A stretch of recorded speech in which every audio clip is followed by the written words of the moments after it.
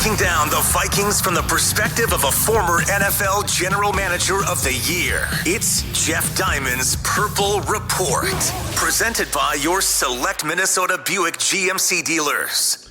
Welcome to Jeff Diamond's Purple Report, brought to you every Monday and Thursday during the Viking season by your select Minnesota Buick GMC dealers and the 2024 GMC Sierra on 1500 ESPN, available 24/7 on YouTube via links from the 1500 ESPN and Score North websites.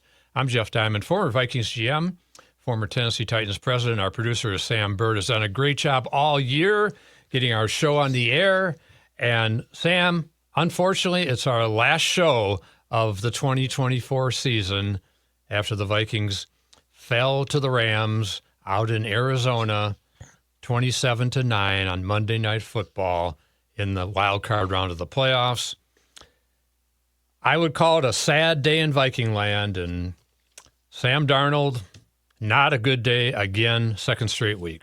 Yeah, and look, I think we all have to take a breath and remember this was still a very successful season, and I hate to go Mike Tyson on the bit, but even though it didn't end the way we all wanted it to, I think we can all celebrate that this team actually played better than anybody gave him credit for. And now the goal needs to be to build on that, bring in some young talent, potentially new coordinator. You know, we'll have to make a few changes, big decisions to get to in the offseason, which I can't wait to pick your brain about, Jeff. But overall, even though it was a disappointing result last night, I think the momentum is going to carry forward, just like some of the other teams that are still in it. Yeah, I think that's true. And certainly when you win 14 games, it's a great regular season. But the way it ended, obviously with the last two games of the loss in Detroit, where Darnold plays terrible and misses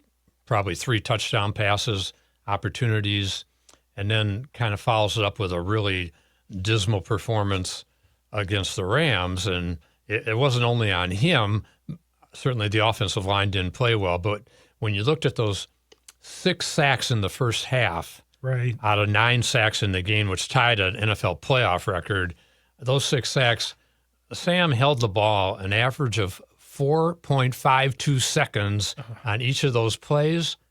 You can't do that in the NFL when you're supposed to get rid of the ball in about 2.5 seconds, and he's holding it for 4.5 seconds. On one play, it was like 6 seconds. Right. And that just can't happen. And what you do those kind of things, and all of a sudden you get strip sacked when you're only down 10-3 and you're in Rams territory. Ball goes back the other way, 57 yards by Jared Verse, and 17-3 at that point. But as I said, it's not all on Sam. The offensive line needs help in free agency. They're going to have $70 to $80 million of room. They're going to need to sign some quality interior offensive linemen to replace guys like Reisner, perhaps Brando, perhaps Bradbury. We'll see. They all struggled in this game. Christian Darrisaw will be back. That will be helpful. He's a lot better player than Cam Robinson. Yep. And then they lose Brian O'Neill in the latter part of the game. By then it was kind of out of reach, but even still, I think that they've got to get more help on that offensive line. They've got to figure out the quarterback situation first and foremost. Sam, do you think there's ever been a player in league history, and I'm talking about whatever my 20-plus years working in NFL management, I've never seen a player lose so much money in 2 games at the end of a season when he's sitting at 14-2, and we're talking about, they got to franchise him at $40 million, or they got to give him Baker Mayfield's deal at $100 million over 3 years, right, or it may cost more than that.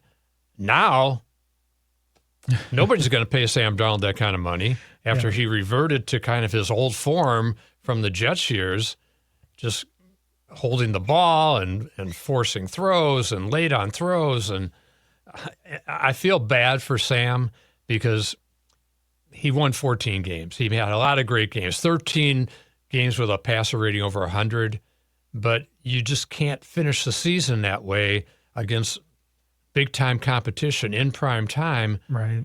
It's just not going to give the team confidence going forward if they get back in the same position next year, make the playoffs, get in the wild card round. I don't think anybody's going to trust Sam Darnold at that point in time. And I think what they're going to have to do is get J.J. McCarthy ready to go. I wouldn't be opposed to re-signing Darnold at about the same kind of contract to be kind of a backup, maybe even a bridge if McCarthy's not ready to go. But cannot give him a big contract at this point in time. Put that money towards the offensive line. Put that money on defense to re-sign some key guys such as Byron Murphy and Stephon Gilmore, maybe Pat Jones, whoever they decide they want to re-sign. Maybe Aaron Jones, bring him back. But they don't need to be putting more than what they paid Sam Darnold this year. Maybe give him some incentives if he wins a playoff game. How about that? Yeah, I mean, you said it so much more eloquently than I could, Jeff. All I could think about was watching the game last night. The clock struck midnight. He turned back into the pumpkin, whatever metaphor you want to put in there. I feel bad for the guy just because I don't think he's going to be remembered for his last 2 games, not the full body of work in the whole season. And that's not fair to him, but also I think it is telling to a lot of other GMs out there, and I'm sure you'll agree with this, that you kind of know what you're going to get with him. And if you don't have a quarterback coach like O'Connell, then maybe it's just not the right fit for their team. Yeah, exactly. And so we'll see how that shakes out. It's going to be really interesting offseason. Going to be lots of drama with free agency, with the quarterback situation, with McCarthy's recovery, what's going to happen with Daniel Jones perhaps, and all these other free agents the Vikings have. But they're going to have to lick their wounds after this somewhat devastating loss, I would say. It's a beatdown, Jeff. Yeah, it was a beatdown. It was. And when they got the benefit of not having to play at SoFi because of the wildfires in L.A., and all of a sudden you have a neutral site, basically a 50-50 crowd, that was something that they didn't take advantage of. The Rams had a ton of penalties in this game, 10 penalties versus 2 for the Vikings. Didn't take advantage of that necessarily. And just so many things happened in this game and a lot of key plays. And we're going to look at them now, courtesy of ESPN. Joe Buck and Troy Aikman were on the call. And let's start with the opening drive. And the Rams, boom, right down the field, opening play, Puka Nacua, 27 yards. That was not a good omen for things to come. And Higbee had a couple catches, the tight end on this drive. Culminated with touchdown pass to Kieran Williams, wide open. Play action, Stanford on the move, stops, finds his man, touchdown Williams. Yeah, somebody blew an assignment there. I don't think it was Andrew Van Ginkel, who was kind of the closest guy to him. He's not going to be covering a running back, I would hope. And so the Vikings are down early. Then a really key play in the game. Rams are up 10-3 in the second quarter. Jonathan Grenard has what appears to be a sack, forced fumble, picked up by Blake Cashman, returned for a touchdown. We're thinking, whoa, it's 10-10. That's right. And, well, not quite. Not so fast. And it goes to replay, and the officials ruled that it was an incomplete pass. Here's the play, and then we'll talk about it. Yeah, and then just a heads up, Jeff, you'll appreciate this. I was actually only able to get the replay from Manningcast. So let's check this out. Okay. An audible to the run play or whatever. Now we got pressure. That's a fumble. That's a fumble. Touchdown. Oh, my God. My goodness. Belichick isn't real excited in that play, but I don't think he was awake, Jeff. Right. But yeah, and on review, I think they sort of correctly ruled that Stafford was trying to throw the ball, but he had his head down, and at least it should have been intentional grounding on the play. Perhaps maybe it wasn't a fumble return for a touchdown. But, yeah, it's got to be at least a grounding call, which is ridiculous that they call it an incomplete pass. The Rams didn't score after that play, but on that series. But even still, it was a big play, still field position and so forth in a playoff game. So the Vikings at this point still down 10-3. Sam Darnold, he's struggling. Here's an interception he threw. Intended for Jordan Addison, intercepted by Durant. Darnold slings it, and he's picked. Intercepted by Durant.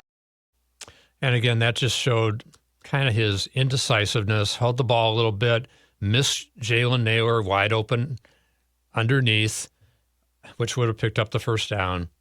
And the Vikings defense did hold at this point. So they're still down 10-3. Then here was, I thought, one of the biggest plays in the game. Camus Grugier-Hill misses a punt block. I don't know how he missed it. He's in clean. He's almost on top of the punter. He could have tackled the punter. Yep. And he misses the ball. It's a glitch in the matrix. So yes. For those of you listening on Score right now, you can catch the replay that we're going to show on our YouTube show. However, there's no audio, so I'm going to play it. And then if you want to see it, go ahead and check it out on our YouTube channel.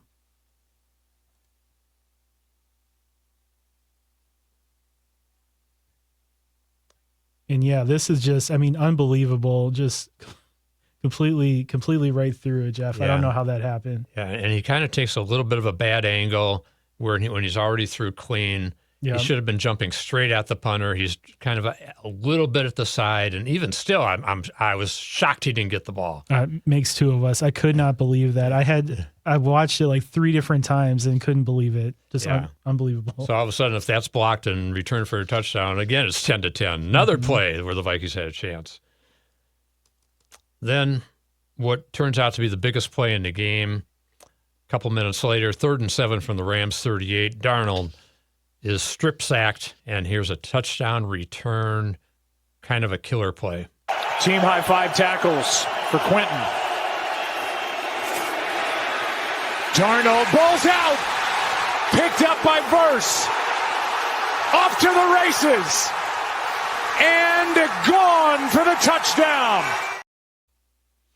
Yeah, that's just such a big play. I don't think Darnold saw the blitzer Witherspoon on that play as he's trying to kind of navigate the pocket. And that wasn't necessarily one of the plays where he held it for 4 seconds. That was just guys getting beat, not picking up the blitz, and bad protection in blitz coverage. And also he needed to get the ball out quicker. So Rams are up 17-3 at this point. That was one of 6 first half sacks by the Rams on Darnold. As we said, getting rid of the ball too slow. Then kind of a really questionable sequence, I thought, when Kevin O'Connell went for it on 4th and 2 in the last 2 minutes of the first half. At this point, the Vikings are at midfield. They're going to get the ball in the second half. Darnold is struggling. The offensive line is struggling. I know the analytics say go for it. You're down 2 touchdowns. You got to make something happen. But the way the game was going at that point, I think you kick it away and hope you hold them. Your defense is playing okay at that point. They only get up 10 points at that point in the game. Hope you hold them, and you get the ball in the second half. Instead, Darnold is sacked by Kobe Turner, and the Rams have a short field and turns into this touchdown pass to another wide open player, tight end Davis Allen. Get the ball out in the screen. Under 20 to go. Wide open. Allen touchdown.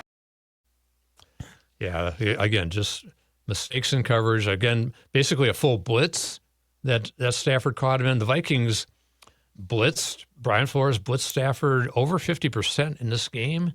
Kind of dangerous against a savvy veteran quarterback like Stafford. I know he had struggled a little bit coming into this game, but might have kind of helped him a little too much with all the blitzing and not getting home, only getting 2 sacks in the game, as it turned out. So we're going to go to some of the second half highlights. First, let's talk about our great sponsor, the Select Minnesota Buick GMC dealers. There are trucks, and there's the truck, GMC Sierra, with available features like the V8 engine, the ultimate luxury interior, and, of course, the available world's first 6-function multi-pro tailgate. GMC Sierra, not just any truck, the truck. GMC's continued commitment to professional-grade engineering is on full display at your Select Minnesota GMC dealers. Stop by and choose from our wide selection of colors, models, and trim levels. Our friendly sales professionals are ready to work with you so you drive home happy with not just any deal, the deal. So come take a test drive today. We are professional-grade GMC. Well-qualified buyers get 0% APR on 2024 GMC Sierra light-duty models.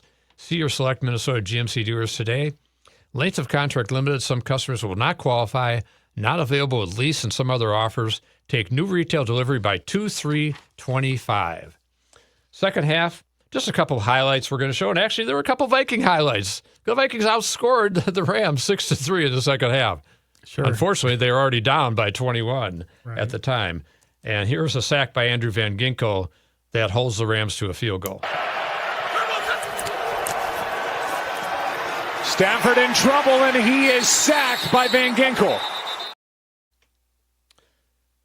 Then, shortly after next series, Sam Darnold. A couple of things that happened, too, in this game with Darnold. Not only was he inaccurate on passes, and I'm talking about not being able to convert a screen pass to Aaron Jones on two occasions. Yep. That was ridiculous.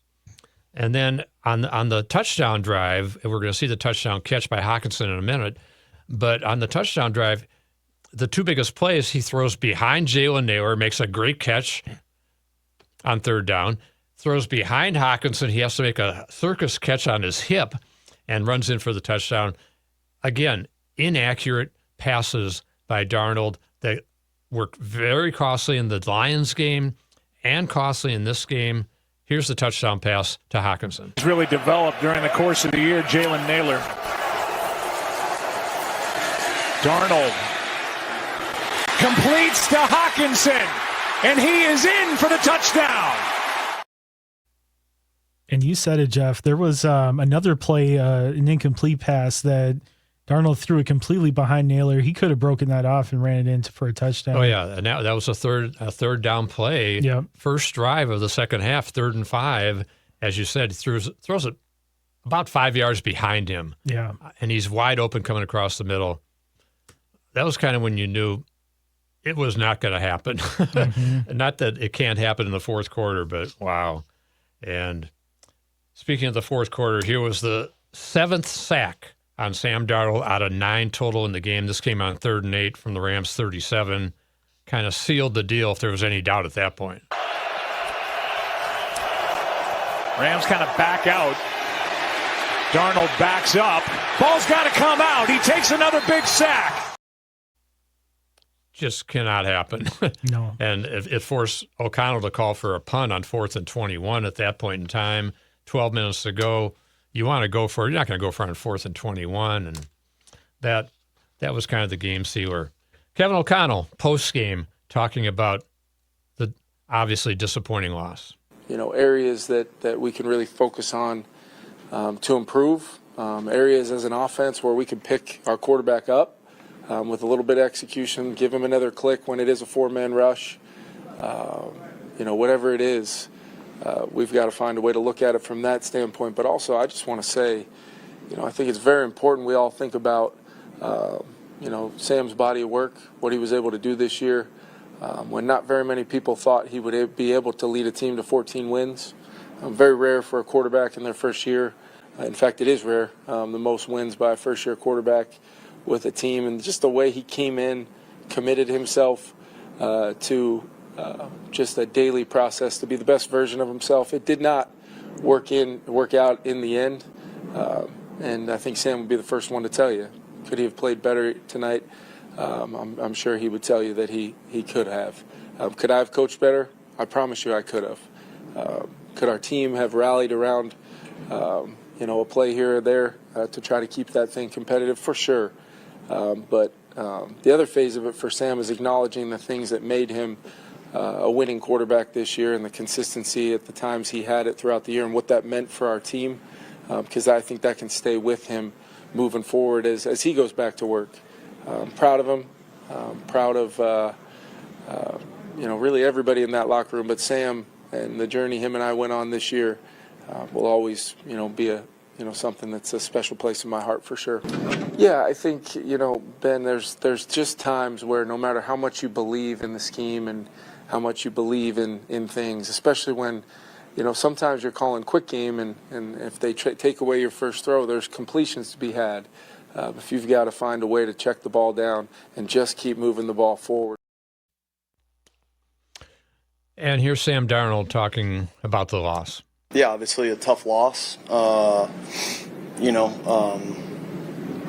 First off, I felt like obviously we played a really good team today, and they were just better than us today. And I felt like, I left a couple throws out there that, I could be better on, especially early in the game, really the first half, third quarter, that one to Speedy in the middle of the field. I got to hit that. But, yeah, just missed opportunities. Got to take care of the football. Can't have the interception, can't have the fumble. Obviously, return for a touchdown. That's a huge play in the game. Just too many mistakes on my end. But, again, just, really proud of the guys in the locker room for the way they fought all season. We just didn't come out on top this time around. And, that's pretty much it. And as Sam mentioned, the Rams are a quality team. I think they've got a chance to knock off the Eagles. I wouldn't pick them in that game necessarily, but they did win 5 straight games at the end of the season until the Seattle game where they sat their starters. So in reality, they finished 10-7, won the NFC West, but they were really an 11-win team because they would have beaten Seattle in that game.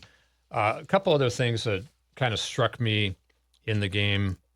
Justin Jefferson, we're going to hear from in a second, and he had only 2 targets in the second half, along with a target on a 2-point conversion, which I thought was a bad play design, where kind of threw to him short of the goal line, got tackled immediately. But they got to get the ball to him more often than that. Now, obviously, if the quarterback's on his back, it's kind of hard to do that. Right. But Addison only 3 catches for 20-some yards, and making difficult contested catches too. So that Rams defense, it's weird. They were 26th ranked coming into the game, but they were better at the end of the season. And they've got a lot of really good young players, and the pass rushers are coming waves. So they're a pretty good team that wouldn't shock me if they make a playoff run here. We'll see what happens in Philadelphia. But the Vikings ran it okay in the game, had 106 yards rushing. Cam Akers had a really nice 26-yard run 2 plays before the sack fumble return for the touchdown in the second quarter. On defense, the tight ends really hurt the Vikings. Higbee on the first drive had 2 catches for 27 yards. Davis Allen on that touchdown pass we saw. The Rams tight ends caught 9 passes for 97 yards in the game. Wow. So that was a problem. Jonathan Bullard jumping off sides on 4th and 2 on the opening drive. That's inexcusable for a 9-year veteran. And as we said, perhaps the Vikings blitzed Stafford a little too much. Run defense was pretty good by the Vikings. Third down defense held the Rams 2 for 10. That was pretty good.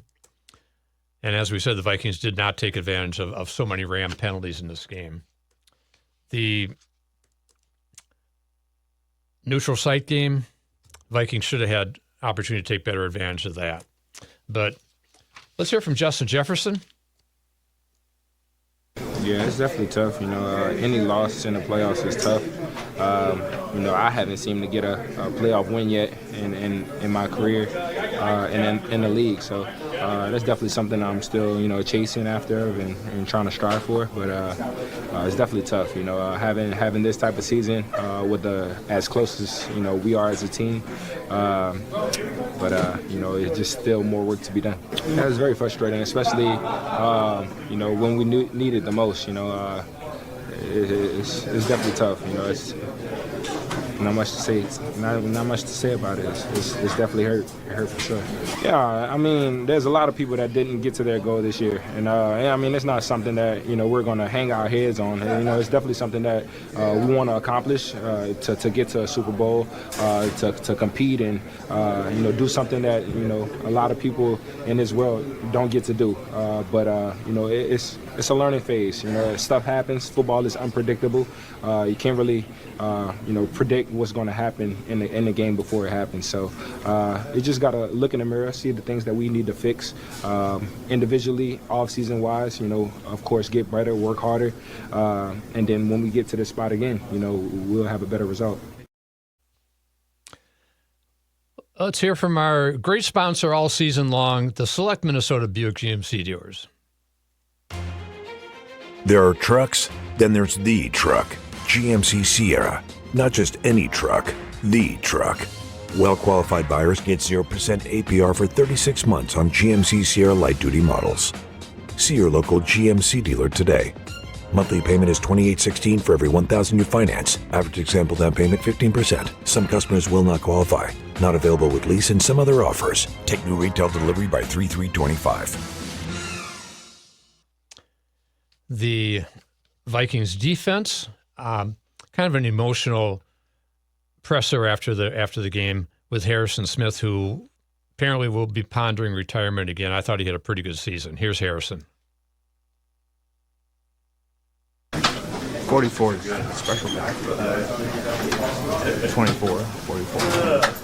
Got a white guy. Been a mentor of sorts. Seen them grow into really, really special players. Great people. So it's been a pleasure to be around. Yeah, he's talking earlier. You played as long as I have. You don't feel great every day. But playing, especially this year in this defense, was some of the most fun I've had.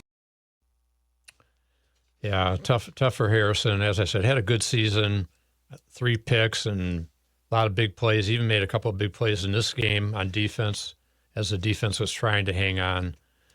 Jonathan Grenard talking about the play that could have swung the game. For it to be nothing was crazy. I understand, it could have been he could have threw it down, intentional grounding or some more fumble or sack. It could have been something. But at the same time, hey, man, we got to go out there and still stop him. So big play in the game, obviously changed momentum and stuff like that, but we still got to come out and just play better. And by the way, in that interview with Harrison Smith, when he was talking about 44 and 24, he's talking about Josh Metellus and Cam Bynum, his fellow starting safeties, who he kind of mentored along the season. Talking about the playoffs as a whole, this Viking-Rams game was one of 5 double-digit games, winning by double digits, with the Rams winning by 18 in this case. And so the only close game was the Commanders knocking off the Bucs 23-20. We all have a new team, Jeff. Yep, I'm telling you. And they're heading to Detroit. Jaden Daniels, super clutch. I'm really looking forward to watching that game, and that'll be a fun one. I think the game of the weekend coming up certainly is going to be Baltimore at Buffalo. Talk about Lamar Jackson, Josh Allen, the 2 main MVP candidates. That's going to be an exciting game. I kind of like the Ravens in that game. Really? But it's going to be tough. They got to go to Buffalo, but I just think that Baltimore may be a better all-around team. They're actually, I think, a 1.5 favorite in that game. Not that favorites matter, since the Vikings were 2.5-point favorites in the Rams game. But again, we'll say Mahomes is going to roll over Houston for sure, and then I think that I would call it an upset alert with the Rams going to Philly. But I do think Philadelphia, number 1 defense. And I think offensively, their offensive line, one of the best in the league. They'll do a lot better job protecting Jalen Hurts than the Vikings did with Sam Darnold. So we head to the offseason, big quarterback decisions, big decisions with the salary cap. Who are they going to sign? Who are they going to keep? Who are they going to keep on defense? Will Brian Flores stay? I think he will. And hopefully we will be back next season. And look forward to talking. We want to thank everybody for joining us all season long on 1500 ESPN Score North with our Purple Reports. And this has been Jeff Diamond's Purple Report, brought to you every Monday and Thursday during the Vikings season by your select Minnesota Buick GMC dealers and the 2024 GMC Sierra on 1500 ESPN. Available 24/7 on YouTube via links from the 1500 ESPN and Score North websites. This is Jeff Diamond with Sam Bird. Thanks again for joining us this season, and we will see you next year with hopefully the Vikings going further in the playoffs.